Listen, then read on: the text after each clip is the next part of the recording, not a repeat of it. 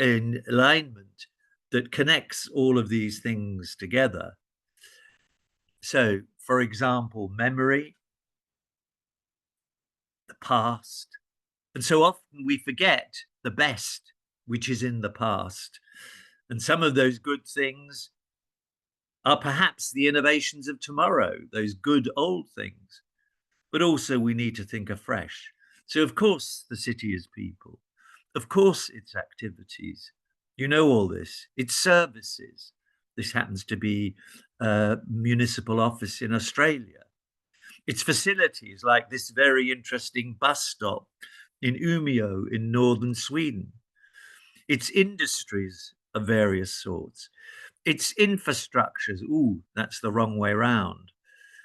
It's mobility systems. It's hardware. It's software. The systems you can't see anywhere. It's orgware, if you want to use computer language, the organizational culture of a place. Is it more hierarchical? Is it less hierarchical? It's networks of people in the city. It's the collaborations, ideally, that form a mosaic in a city. And the question is, are these calibrating? Are these calibrating together, or are they operating in different ways? In other words, it's combinations of the public, the private, the not-for-profit sector, and academia shining through somewhere, trying to tell us new research results. But the key issue is really orchestration, how all of these things are orchestrated. So that's why I said the city is the project. It shouldn't be a city of projects. And that together forms a culture of a place. And that then, that culture, and particularly if one is ambitious, as I was suggesting one could be, then there's a different story that might evolve that is ideally compelling, gives everybody a sense they are part of it, and that could, in theory, speak to all. And that then should ideally have a resonance which flows along the line and creates that difference so that people don't just leave the city, since many of the cities in your network are smaller ones, but decide to stay or come back. So, my view, our view, the project's view is that all of what we're talking about, collaborations and soft things, can be designed. So, yet, you know what the situation is. In order to do that, we need to reframe. And reframing means, as it says here, it's the art of thinking differently.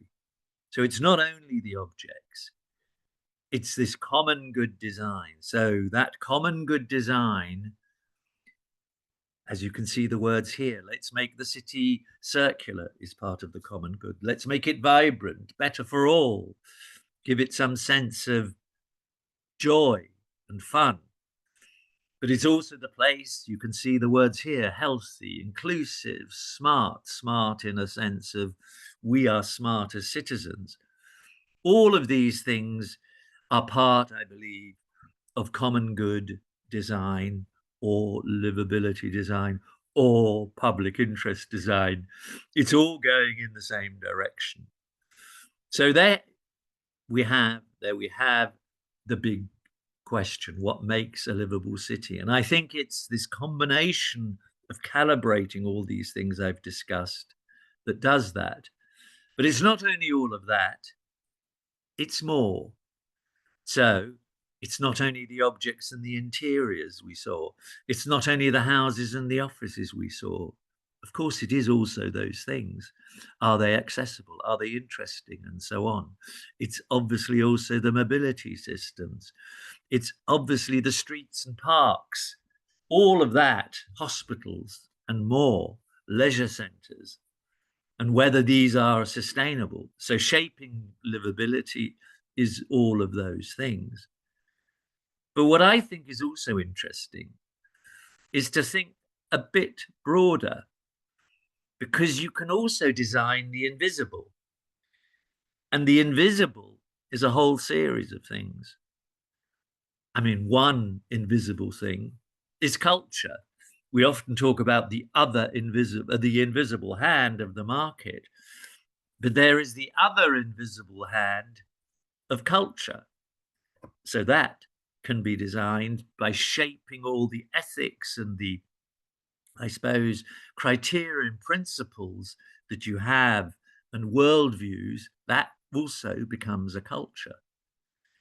And therefore, you could also design trust through the processes that you adopt in the way you connect in the city, you know, different sectors, different people, young and old, whatever. That's also can be designed. But you can also design, obviously, an atmosphere, a generalized atmosphere. And I hope this is not the atmosphere you want to design, which is completely unsustainable. But atmospheres, the feelings of a place can be designed. So if you think then wider, you can design processes, programs, missions, policies. And we do design them, but we often don't use the way we think about design to think that we're designing them, we're creating them, we're developing them, we're curating them. These are all forms of verbs that are all part of this shaping, making, co-creating. And out of that, we can design a strategy for a city, in this case, the livability strategy. So one element of all of that, which I've just talked about, is actually working together in various ways. This has been talked about for 30, 40, 50 years, that bringing 1+1 together can sometimes make two, bringing different sectors together that have a different perspective and that may find common ground. Some may have different attributes. The public sector may have one attribute, the private another. So that point of collaboration that has been talked about so much, we all know, does not need to be emphasized, but that can also be designed, as can the strategy. How do you go from A to B and turn left, turn right, do something, whatever, out of which also, within which there are policies. All of these things, I believe, are designed. And that's why even trying to raise awareness of common good design is in itself something that is part of the strategy that we're talking about in our group. One thing that some of you know I'm quite interested in is how you design bureaucracy. Because a bureaucracy is not everything, but without one, you can't do very much. So we can look at rules and regulations and incentives. These are structured, they're thought through, they're shaped, they're tested, they're trialed, and so on. And some work and some don't, and then you try again. Just like when you're designing a piece of furniture or a piece of a building and so on. You can also, again, just using this metaphor here of the digital processes also can be designed in a way that they are more open rather than more closed. And what you can, and I'm just using this image here of this Creative Bureaucracy Festival I'm involved in, when you bring these people together, sometimes quite interesting things happen. From my perspective, wonderfully interesting things happened in the sense that people thought, we are not alone. We can shift the way our institutions work, our structures work, and we can be more open, for example. So the main aim of this whole project is to say, how do you move from a no because culture to a yes if culture? So when you're shaping livable places, you can think of these elements of incentives and regulations and guidelines and recommendations and rules as something that you can shape. And what's interesting about that is that so often these things that should be shaped and reshaped and tested and retested are often rigidly treated as a law that's fixed. Now, when we're thinking about livability, from my perspective, we always have to be alert about what the priorities are of citizens. You know, are we listening? Are their priorities changing? Are the criteria changing? And so on. But we can also actually design democracy. And you may know that the World Design Capital, this coming in 2026, is in the Frankfurt am Main region. And their theme is design and democracy, which is quite interesting because you would have thought this would just be a celebration of objects and so on. So you can do lots of things like that.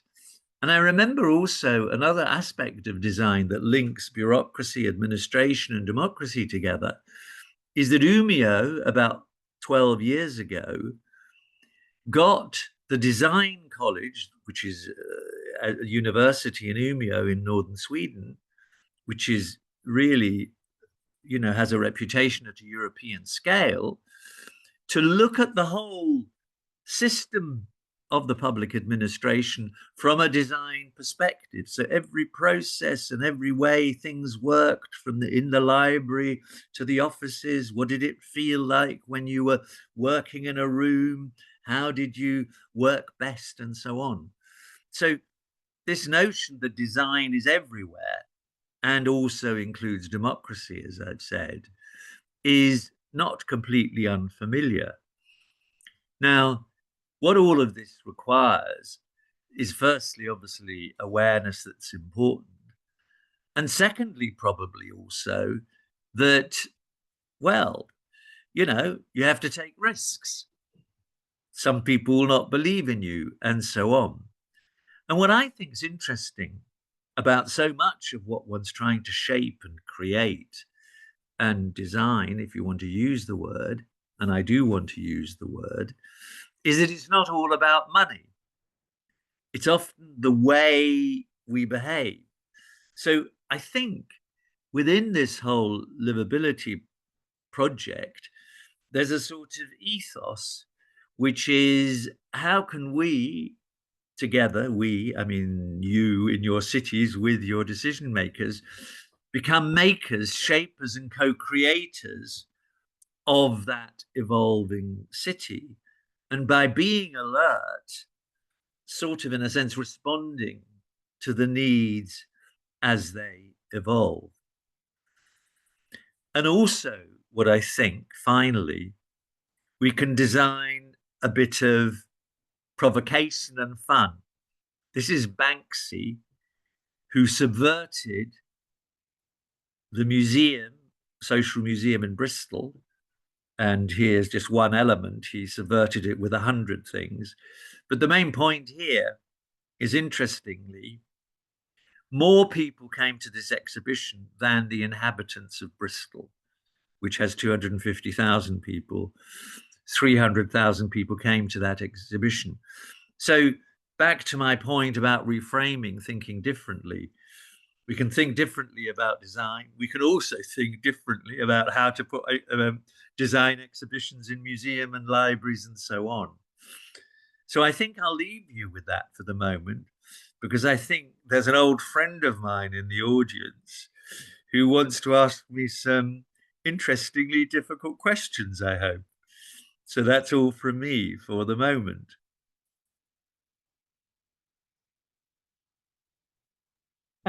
Thank you, Charles. Thank you. I don't know, maybe of which friend are you talking about, but I had also one question. You said about feelings of a place can be designed, but you know, there is one part of the people who create these feelings and one who perceive. And how can we find this match point between those activities we are doing with those who are actually perceived by our residents, and Ooh, how to understand that residents are really thinking the way we do? or Uh, that they perceive things we actually expected? Thank you.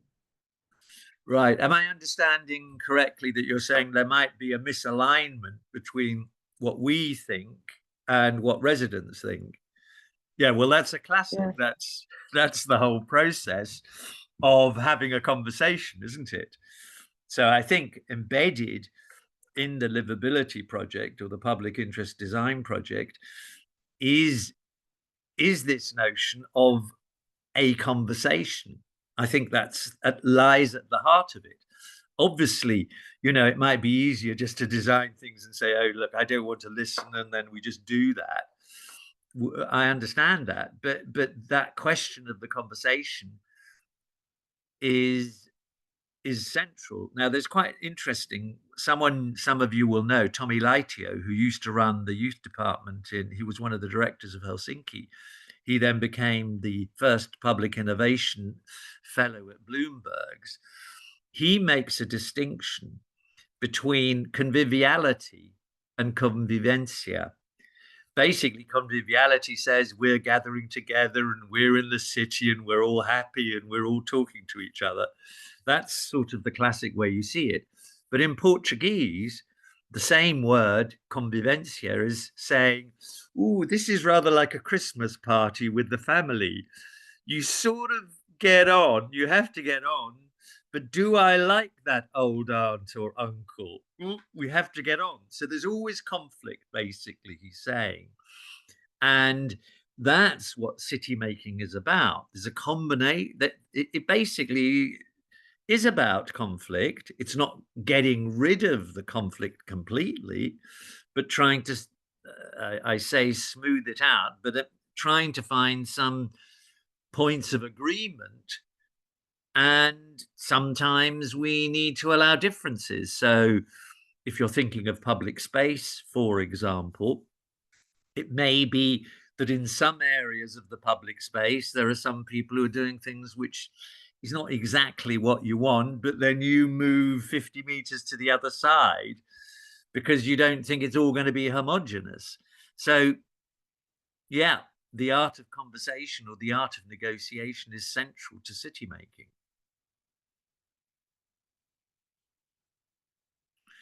You did ask a difficult question there. I thought you were going to ask something easy, like, what's life like where you live? We could do it. We could do it in our way, but maybe the audience have a question like this or some other questions. The floor is yours, please, Felix. Thank you. I'd like to stick with the question of the conversation because obviously it's easier said than done, and I've only lived in bigger cities all my life, but I've never lived in a city where that conversation has been managed in a way that produces value outside of a very small. I mean, if the where it produces value in more than a very, very small scale sort of community, a really sort of neighborhood level, a park bench, a new tree, something. But I'm not saying there are no examples, but I was curious if are there any more general pointers on how those conversations that you were talking about should be managed, at least from a public authority point of view? I mean, that leads you back to this point, I think, about ambition. You're completely right. When you've got something practical, shall we have 5 park benches, or do you want this or that? And you've got participatory budgeting where you say, I want this or that. In some senses, that's easier. I think when you're getting to that bigger conversation on a whole citywide level, you tend to be pushed a bit into sort of what's the ambition of this place? Where are we? And so on. And what I've personally found, where the conversation has at least aligned, or at least there's been some broad agreement of where the city needs to go, has often been when there's an element of crisis, or at least there's a push to do things. I've found that when places are reasonably okay, it's a bit more difficult to have that forward conversation because people are sort of self-satisfied, and they may go into graceful decline. So I personally found, I mean, I'll use just a classic example, which is Glasgow. You know, several 100,000 people sort of left the city over 30 years and stuff. So there was a crisis. So then building up some sort of message about what we could be was what was something that tended to bring people together. Initially, in their case, they used cultural initiatives over 10, 20 years to sort of highlight that. But over time, they began to sort of say, our role is, we have a purpose, our function is. And if you can agree on a function, perhaps for a city, function or role in the, I don't know, local, regional, national, European context, you begin, in a sense, at least I keep on using the word alignment, to push various forces roughly in the same direction. I'm not assuming that everybody's going to align, you know, the plumber and the person who's the nurse and the doctor and the local shopkeeper. But it's a difficult process. I tend to not use the word vision, but sort of, you know, story is obviously one of these overused words, but some sort of story people can identify for a place. I mean, Felix, you and I were in Visby last week, and you had a real sense, I had a sense that Gotland had a sense of what it is, where it is, what its position is. And in the new context of Putin and all of that, felt it was even more important or something. I don't know if all the people in Gotland think that, or it's just the more professional classes. I'm sure it's not a sufficient answer, Felix, but it's an attempt on my part. A very good attempt. Thank you. Thank you. Also, there is a question from Inza in chat. But first of all, I would like to encourage, if someone wants to ask a question, but maybe is very hesitant to ask it in public, please write me privately in chat in Zoom, and I will read this question loudly. So the question from Inza is, what was the name of the guy with the convivencia concept? Yeah. He's called Tommy Laitio. Tommy, Tommi Laitio. He now lives in the States. He's a great guy. Some of you may know him. Thank you. And Christina? Yes, Hi. hello, Charles. Thank you very much also for the impressive pictures. I always admire them. So very much to the point and clever. You mentioned creative bureaucracy and creative bureaucracy initiative. To many, it would seem contradiction in terms. Can you say a bit more how you understand the phrase, and how do you explain it to the people? Yes, I'll try. But basically, the idea developed in a simple way. Some of you in the room will know that people like myself for a long time was thinking about, you know, culture, creativity, culture widely defined, culture narrowly defined, and how that links into urban revitalization and so on, which often linked to buildings and so on. So that was very much a starting point for us. We then also could see that, of course, there's social innovation. We could see there's business innovation, academic insights and stuff like that. But then when we, or I, looked at things from a, I suppose, systemic point of view, you have to then say to yourself, well, there's always a public administration involved, at a minimum, even turning the light from red to green. And that's when I personally felt you have to then bring them as part of the story rather than treating them separately. Now, the two words together, and it's the last time I'm going to use the word creative, I said that 20 years ago because it's overused, is because it feels like attention. What the hell are you talking about? Creativity, so interesting. Bureaucracy, so boring. By putting them together, you get, I feel, people saying, what the hell do you mean? And that's precisely my point. What do you mean? Like the question you just asked. And what I personally mean by that is taking Europe, if we take nurses and teachers and planners together, there are millions and millions and millions of public servants, people working in the public interest. And the message of creative bureaucracy is saying, you have ideas too. Next question. Not everybody, of course, some are completely looking at the watch and wanting to go home. But you have ideas too. What are the blockages? And so the whole notion is to say, we need a culture, and I used the sentence in the talk, of how do you move from a no because culture to a yes if culture, so that the culture, which I think should apply to a city as a whole as well, is willing to experiment, to see things as possibilities. So yes, no because is obviously these things that shut things down. If you come to me and say yes if, that, you know, provides opportunities. The simple point, the three main messages of it then, of pillars of the creative bureaucracy, is one, that shift. Two, how do you think through the rules and the regulations so that they are appropriate to allow people to explore and for the organization to feel alive and organic?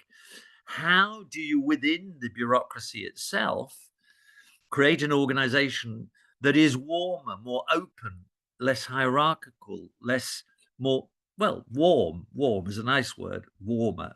I mean, we know what a warm organization feels like versus a cold one. And thirdly, how that bureaucracy connects with the NGO system, the outside world, the privates, in ways, in an equal way, mutual respect and so on. So the only other manifestation of all of this is this festival that you may know of that we run in Berlin since 2018, which tries to bring these people together. You know, people, bureaucrats from different countries who, you know, have good ideas, for example. Thank you. So I don't see any hand, and also nothing in chat. Is maybe some question? I see Anne Tchaikovsky, and I want to say hello and wave to you. Hi, Anne. Hello, Charles. Perhaps I have a question. Yeah. If there's nothing else in the chat, I see something. No, it's no question. Charles, we worked a lot of 1 or 2 years together, but I have still the question because I find it still very difficult to change the community here in our city council. What is your experience? Is it easier when there are some grassroots groups or some structures outside from the city council who make something new, innovation, creative, co-creative working, or what did you see the last year in the world? Is there something new that city councils take the effort and say, we want to change? Because my opinion is still the innovation comes from outside. Yeah, no, I think both and actually. Okay. I think it needs to be outside as well as I think a combination of factors have to happen at the same time usually. The most important thing is still, in your opinion, that there must be a communication between inside and outside, or in the system and outside of the system. So the biggest effort is when there is a co-creation system, that everybody is open to see the other part. Well, but sometimes that needs to be prepared, because sometimes definitely, yeah. So I think so that's a big step, or the big task to take the effort to come together. And the one of the issues is that, let's say in Kiel's case, there is quite a lot of alternative stuff, Yeah. but they haven't really got enough power. And really, this alliance is with some of the more powerful people is perhaps the connection that hasn't been made. So Yeah. those slightly more powerful people and the alternatives, if they could have an alliance and Yeah. then put pressure on, Yeah. it might make more of a difference. Yeah. I think the big issue is that basically it's sort of okay in Kiel. If there was a bit more of a crisis, Yeah. my point, Perhaps. people might say, well, look, we've really got to wake up. Yeah. Which is back to this thing of let's call it, Yeah. use the phrase in Kiel as well, graceful decline. Yeah. But in the moment, I don't want to crash more. There's enough crash stuff in the world. So Yeah. I'm happy that we are, Yeah, in a no, good, absolutely. yeah. So nice to see you. Next Yeah, one. thank Who won? Thank you, Anne. There is a question in chat. Where do you start in changing the culture within the state institution? And how to move from the fear of retribution in case something goes wrong to being empowered to test and experiment? Yeah, I mean, that's a really important question.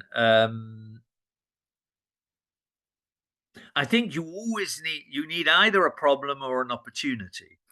A problem or an opportunity, both of these, I mean, they're slightly at opposite ends of the spectrum.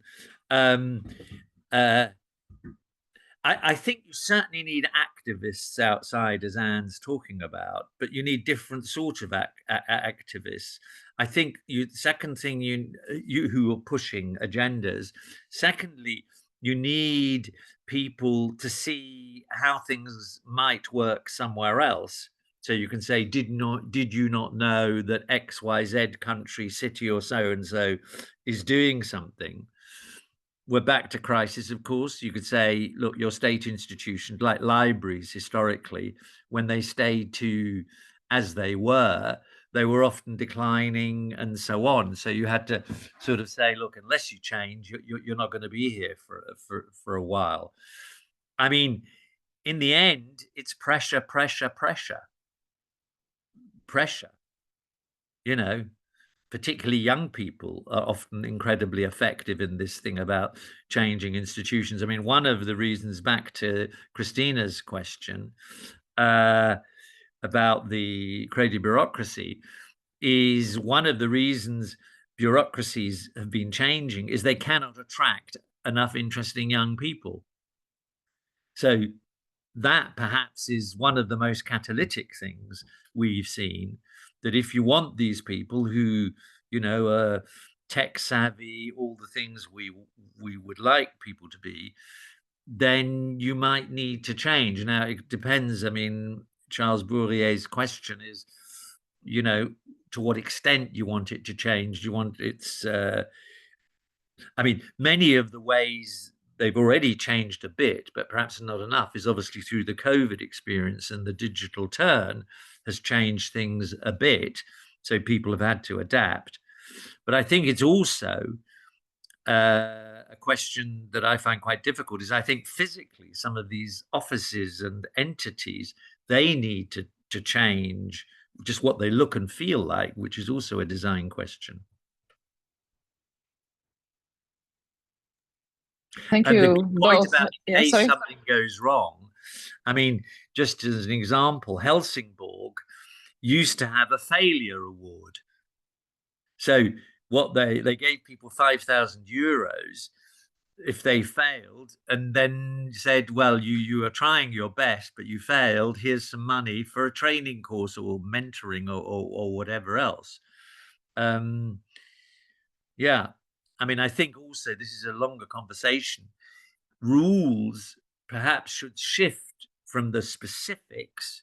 This is exactly what needs to happen in XYZ circumstances, more towards principles. And if you shift the system towards principles, in general, we want to have little noise. In general, we want to have good public space. More these general phrases, you often find it's easier for people to feel they can contribute. I mean, I'm picking up Charles's point about it being empowered.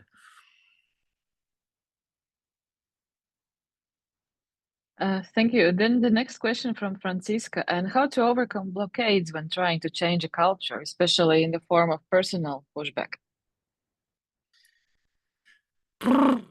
How right? How to overcome blockages when change? Meaning Yeah, no, I can bureaucracies. feel. Yeah, I can feel the problem, Francesca.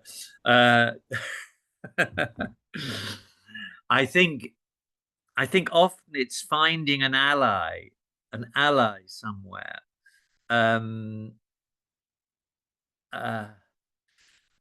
It's a difficult question. How to stop the pushback? I mean, that's why. I mean, what's been quite interesting in the Creative Bureaucracy Festival, people have felt that they were not alone. And that was one of their main experiences of being together. And so I think it's back to this question of alliances, that the person in the bureaucracy is also aligned in some way with various NGOs and outside entities. I mean, it's all about power in the end. So hopefully this outside entity has some traction or power.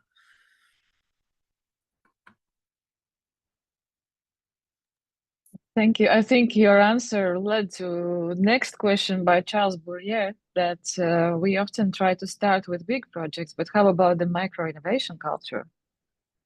Yeah, it's a good point. I think quite often you should use, I often use a sort of graph in my mind: cheap, simple, easy, short-term projects that you then do, but which have a perspective of the long term in their mind, but then are building up to it. So, for example, yesterday I had a conversation with Christian Sand.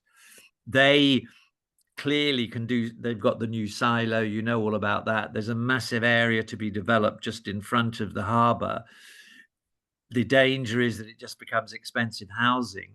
The idea is to link the new art school into that. Now they say, well, we can use one warehouse at the moment. And I said, yeah, okay, the warehouse is just one tiny speck in the whole thing.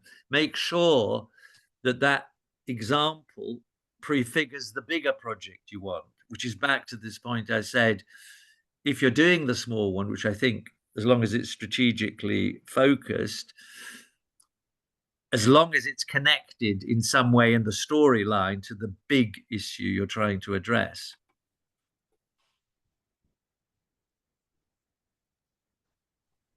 Thank you. Christina? Yeah, you mentioned that cities need to be ambitious. Could you elaborate on that a bit? Yeah, this came to me. It just simply came to me because I once did a little book called Cities of Ambition, and how that started was an American foundation gave me some money to look at some cities a bit the size of Kiel or Riga or Gdynia, that sort of level of city, Gdansk. And I interviewed various people at different levels, sometimes a high level person, sometimes a medium level. You get the idea. Anyway, I interviewed a lot of people in these places, like Saint-Étienne or Dijon, that size of a city. And then the cities were all roughly the same in terms of potential, I felt. And so I asked myself the question, why did some of them, although they had the same potential, do better than others? And then what seemed to be the message coming from the interviews was a slogan, I'm always sloganistic, was that some said, it's not okay to be okay. And that's what I meant by ambition. So the ambition is sort of an energy. I believe it's an energy, a life force, out of which perhaps a vision might emerge. When you say, I've got a vision, well, I think if you've got an ambition, you've always got ideas in your mind and you're obviously trying to be strategic about it. So I think ambition is broader. A vision might need to change and so on. It's a bit too focused for me. But particularly my point is that it's an energy, a driving force. Thank you. And also, Franziska adds that I think you also need to be ambitious because the change you can achieve is often less that you went for in the beginning, because it's the outcome of a negotiation process, and being realistic, but starting with a higher negotiation point. Yeah, I mean, I think you're right there, because what happens is you know, you have an idea and then it sort of drains, because then the idea, you know, reality pushes it back. So it's this thing to try to push you forward. Yeah.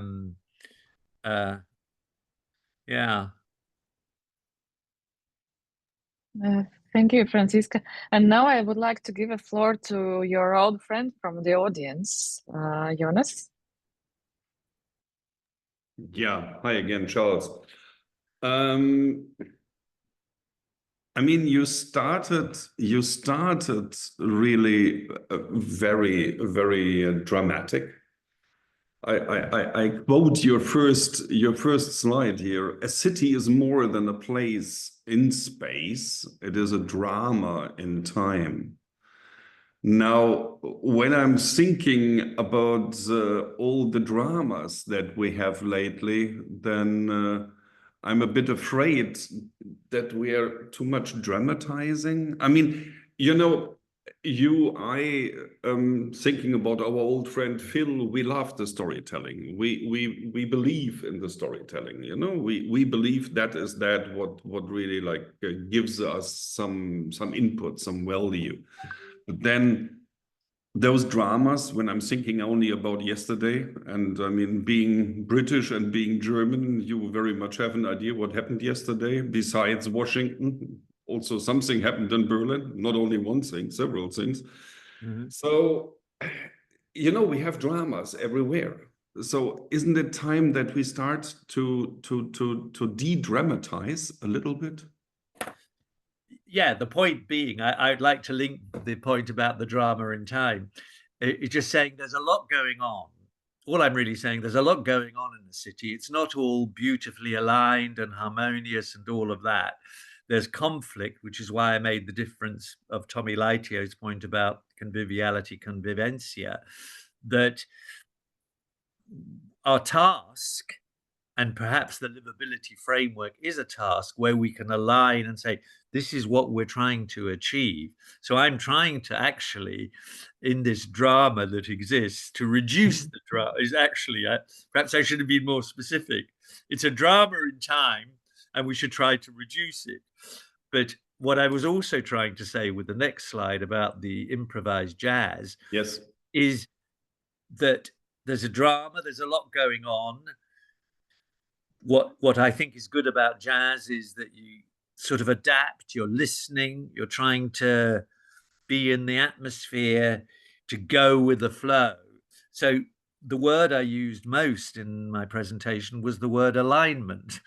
I kept, which is basically another way of saying gathering together, coming together, focusing on a thing that we jointly agree, and so on.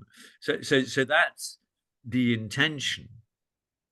All I'm trying to avoid is, sorry, you go, Jonas. I'm sorry, but I mean, Charles is still adding up here, like, as a question, more drama being the urgency? Question mark? Yeah, good point. I mean, that's a good point. Yeah, no, perhaps I should spell it out more clearly. Yeah, clearly. I mean, I have on another presentation had the word urgency there. Yeah, it is urgent. I mean, the urgency, when I said, you know, business as usual doesn't work anymore, that's also the drama. The urgency, the fact, the climate issues, all of those issues, which I was trying to show through those slides as well. Yeah, urgency. In other words, yeah, it's a good point. And we have something coming up here. How can city designers transition from being top-down decision makers to collaborative facilitators in urban development projects? That got even too hard. That's just come up. So let me just look at it. It's got two hearts. How can cities being top-down decision making?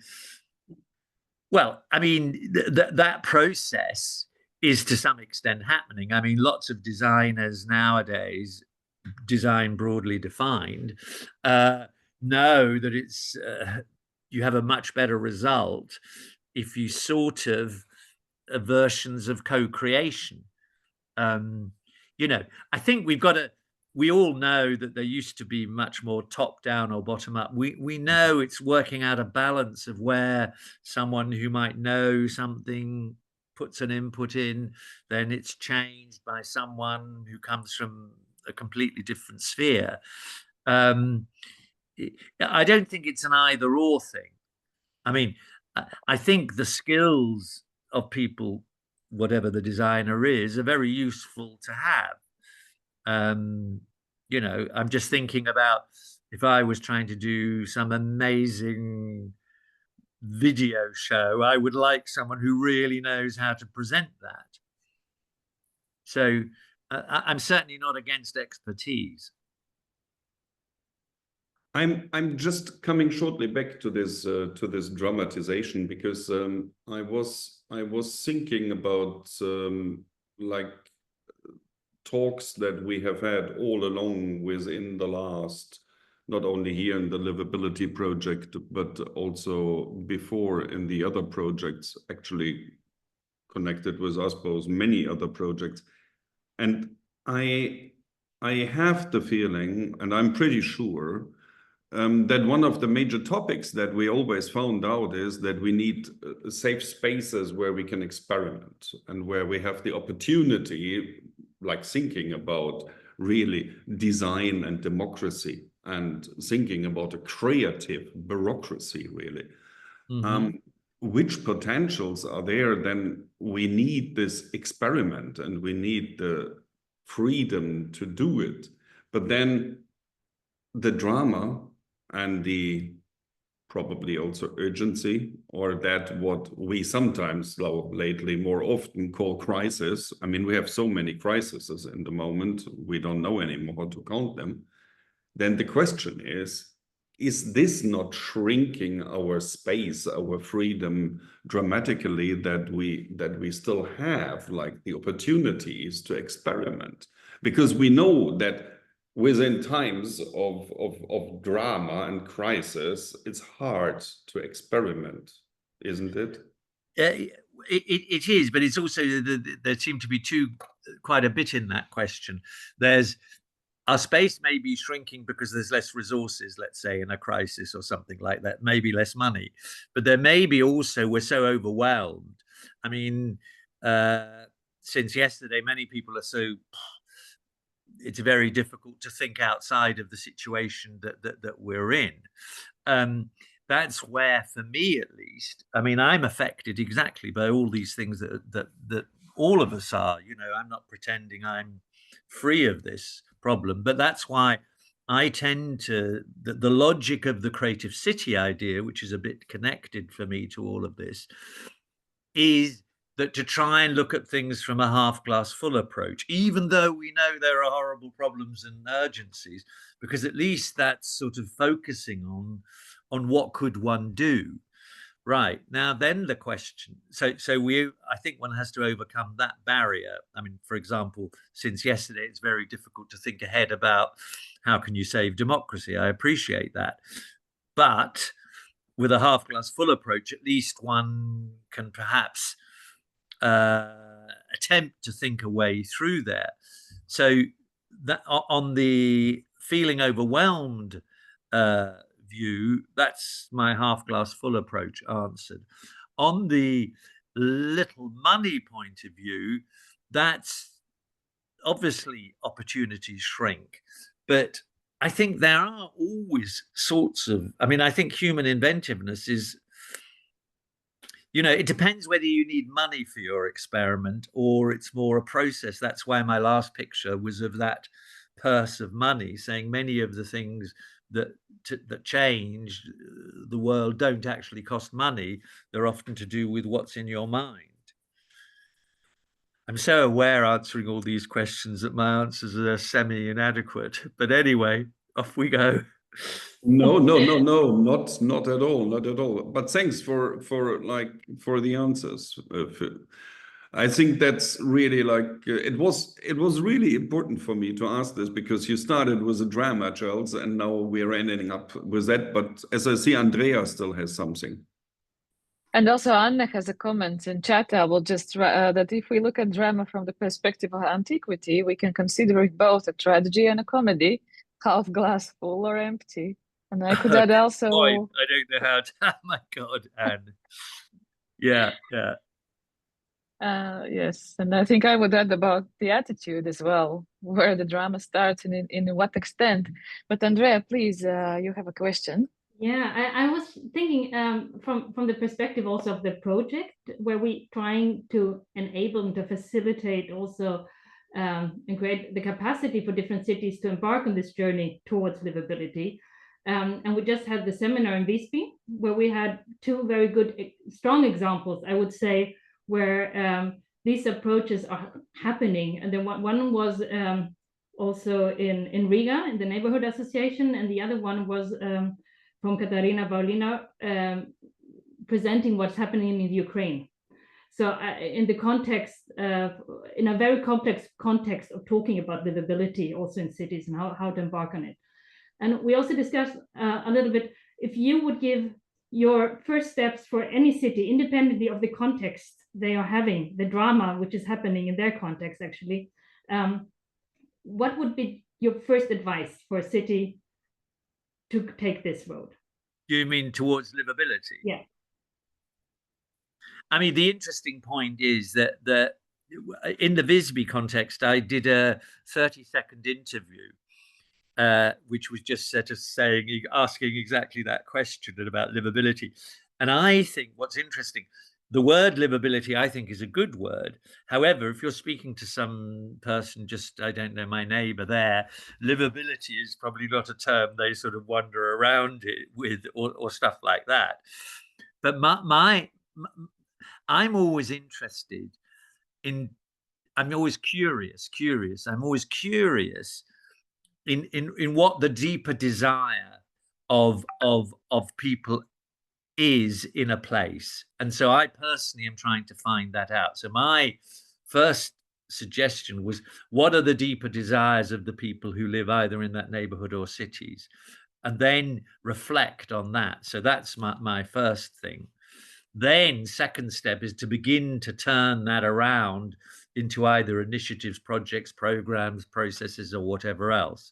So my first step is trying to listen and get people to imagine what's the next step. What would make you feel really good? To really try to touch people in their stomach and their heart and their head is, I mean, I don't achieve this necessarily, but this is my aim in an ideal world. So you're really getting the true, you're not getting all the blockages, and the obstacles first. That's what I think, is letting that come out. I mean, there was an event, I think I'm involved in this thing with Bilbao called the Urban Revolution Initiative, where we're trying to think differently, and we're trying to build a global community of practitioners, thinkers, activists on thinking differently about cities. And there was a presentation up there, and 180,000 people had answered the question in Canada. And the presentation was about what is well-being and feeling good in the city, effectively livability, yeah, many of your criteria. And they said all the things we're saying, and what they discovered is we're saying X, but Y is happening. Even though you might have drawn a picture of a street which is nice and complex and all sort of lovely in the way we want it, and then this horrible other street, people were still building the horrible other one. So what we get back to, I'm drifting in my answer, is this question of power and attacking, I don't know what word to use, decision makers who continue to commission people who make places that are horrible to live in. Something, it's really difficult, because I'm going to tell you something which is ridiculous. 10 years ago, I did the talk to Open Holzmarkt with a German person, and it was called The Relevance of Revolution, Relevance of Resistance. And so I had this chart in my mind and said, oh, I think the relevance is here, yeah? So quite a lot of resistance. Then last year, it was 10 years, they asked the same question, and I thought, there, so that you should resist more than before.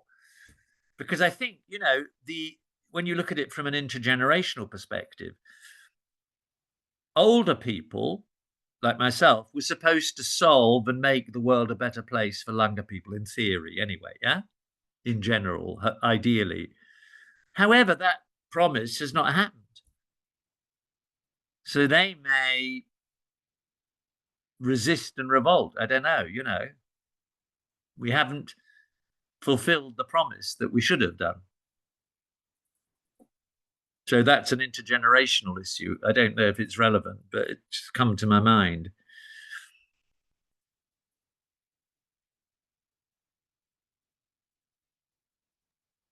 I'm surprised how fast the time flew, actually, and we are now over 6. And Charles, I'm very thankful for your presentation, and thank you for participation, everyone. So our first part, the open session is over, and if you maybe have some questions you forgot to ask and you will only think about it later, feel free to write to my email, which I shared with you today. Meanwhile, thank you everyone who participated, and see you next time in our next Liveability Talks, which will be 6th of December, and it will be Jakob Blomberg who will be telling about courage to experiment. So see you within a month. Thank you. See you all. Thank you. And to those who I know, see you all. Ciao, bye. Thanks. Braga, yes, Braga's there. Braga.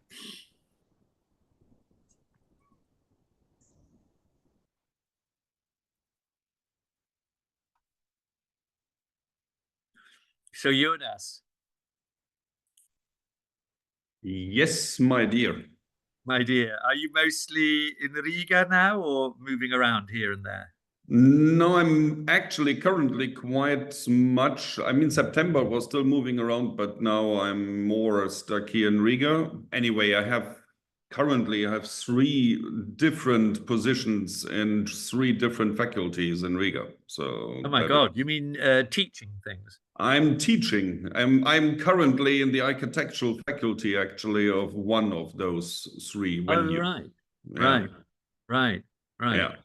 Because actually I needed to rescue from home. I wanted to do it from home, from my personal office, but our internet out at the seaside is again so down. It's no way that I could so I was rushing in the city to do the Zoom. Yeah. Okay, I'm going to leave you all and see you soon somewhere. Yeah. Charles, I have a question. No. We talked about that. Jonas will be asking the questions. A short interview to you. It's the same. Okay, do I'm that. just removing. Yeah. Please do, because I've got to do an interview with someone else relatively shortly. So yeah, do your interview with me. Oh, we've got all these people. Hauke. I just saw Hauke disappear. Roland's Robars. Yes, I remember you. I'm manually removing people who are maybe Roland is Not here, relevant. but yes, but but then we are now only you and Jonas, and then yeah, and Stella, but Stella Stella will, yes, but I think it's Stella, not Andrea, so yeah, not anymore. Yes. Okay. Oh.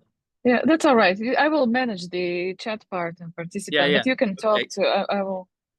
Okay. So actually, did you close down your records? Your recording? The recording.